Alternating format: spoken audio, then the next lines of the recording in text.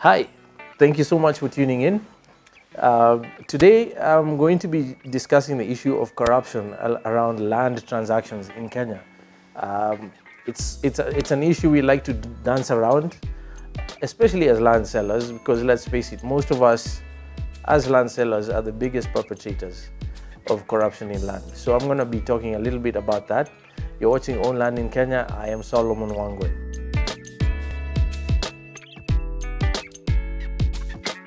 I got a call earlier this week from someone who wanted advice regarding a transaction that they were involved in. So they were purchasing this piece of land somewhere in our beautiful country, Kenya, and they were buying it from an entity that had taken so long to produce a title deeds that would be transferred to their name.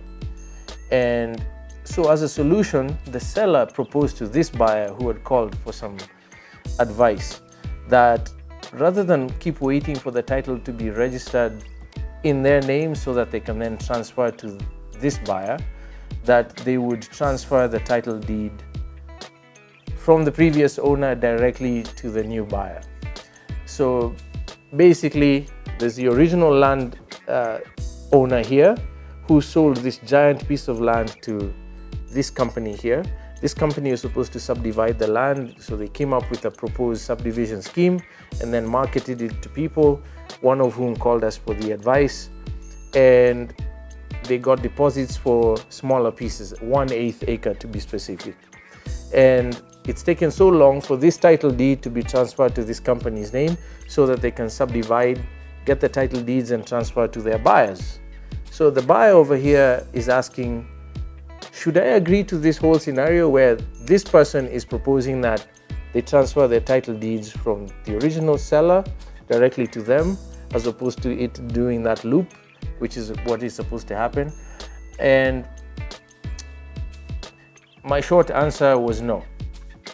There are many different things wrong with that process, beginning with a circumvention of chain of custody of the property.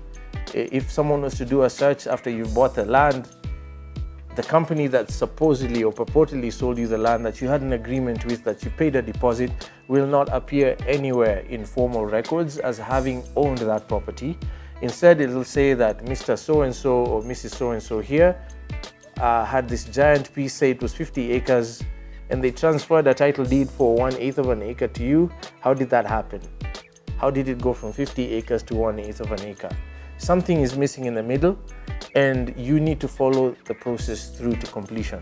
The main reason people don't like to follow the process is because it takes forever. Sometimes we ourselves have waited an entire year for a title deed to get processed, and that can be hugely frustrating, especially if you're in the position of a seller.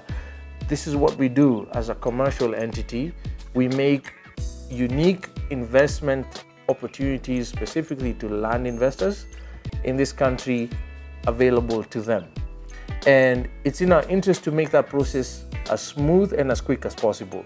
So when you have a situation where you're sitting for a year waiting for a title deed to be prepared so that you can transfer it to your buyer, it can be a problem. And I understand the pressures as a business owner or as someone running a commercial enterprise. It can be hugely frustrating. In our case, the registrar in the particular registry was demanding a 5,000 shilling bribe to sign and stamp and seal the title deed before it is formally registered. You know, a title deed without the registrar's signature, stamp and seal is useless.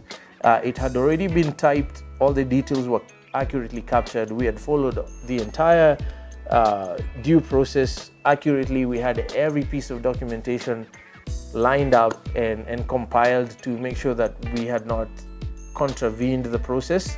And all that was left was for this registrar to sign, stamp and seal the title deed, and we'd be free to sell the property to the buyers who had already paid us deposits.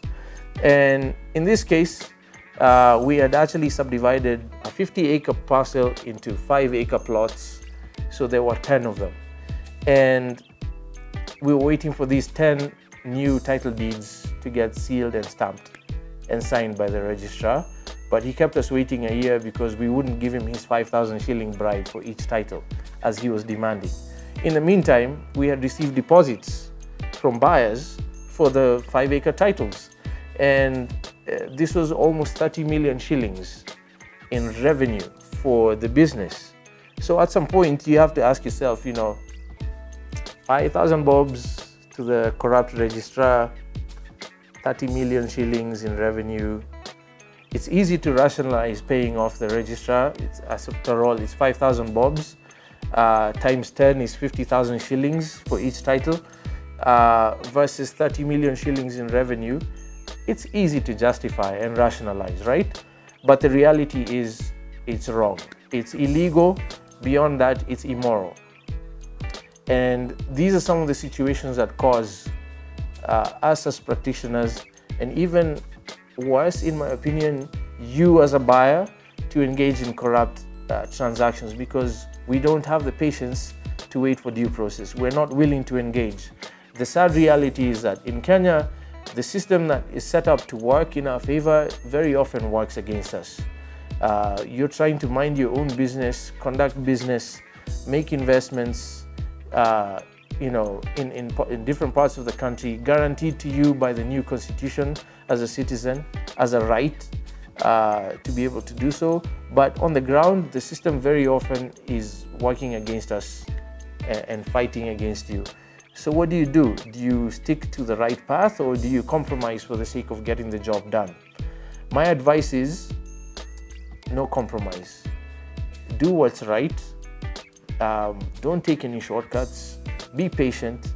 Yes, you may have to step on some toes and ruffle some feathers and offend some people, and that's okay, because at the end of the day, you're striving to do what is right for you, what is right according to the law, and by basic universal laws of morality.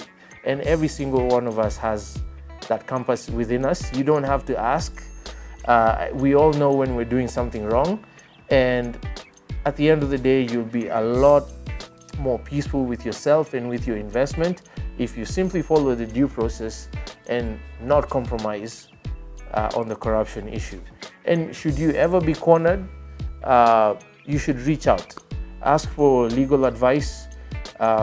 We're willing to share our experiences with this, because for the last 5.5 years, we have traded extensively on hundreds of land transactions.